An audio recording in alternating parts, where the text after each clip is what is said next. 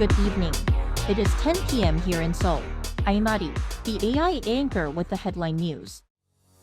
Additional governmental measures against the ongoing walkout of trainee doctors were announced on Friday following a meeting of the Central Disaster and Safety Countermeasure Headquarters.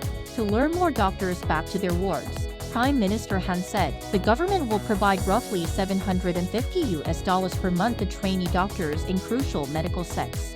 He also said the current harsh working environment needs to change, and that the government will come up with ways to fix it.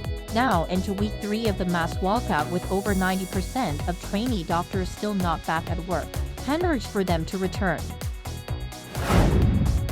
South Korea's current account balance for January saw a surplus for the 9th consecutive month. According to the Bank of Korea on Friday, January's current account saw a surplus of $3.5 billion on the back of strong exports. This is largely attributed to the goods account, which was boosted by a more than 50% jump in semiconductor exports, a recovery in demand for high-performance memory chips, and an increase in exports to China led the rise.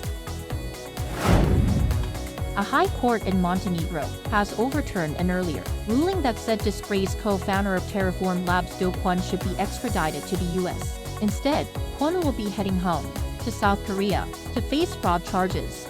According to a Montenegrin daily newspaper, on Thursday, the same court that ruled on Kwon's extradition to the US reversed its decision and ruled for him to be extradited to South Korea. On Tuesday, based on request letters received from both the US and South Korea, an appeals court accepted Kwon's appeal, which invalidated the US extradition and led to the ordering of a retrial.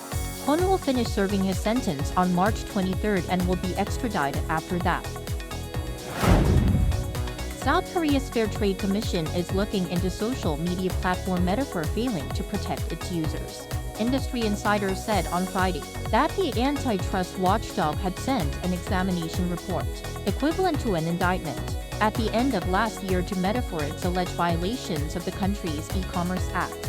Reportedly, Meta, which operates Facebook and Instagram, has allegedly neglected to protect its users from counterfeit goods or fraud on social media marketplaces. The e-commerce law dictates that such platform operators should provide details on sellers to consumers to properly deal with disputes or complaints. South Korean girl group NewJeans became the first K-pop act to win the 2024 Billboard Women in Music Awards Group of the Year on Wednesday, local time. This was the first time in 9 years for the award to be presented, with US girl group Fifth Harmony having received the honor in 2015 when presenting the award. American country music singer Lainey Wilson pointed out that NewJeans was leading the new wave of girl groups in K-pop, a genre that has long been dominated by boy bands. The award was first presented in 2007 as part of efforts to recognize female artists and producers who had greatly influenced the music industry that year. That brings us to the end of tonight's AI headline news. Thank you for watching. Good night.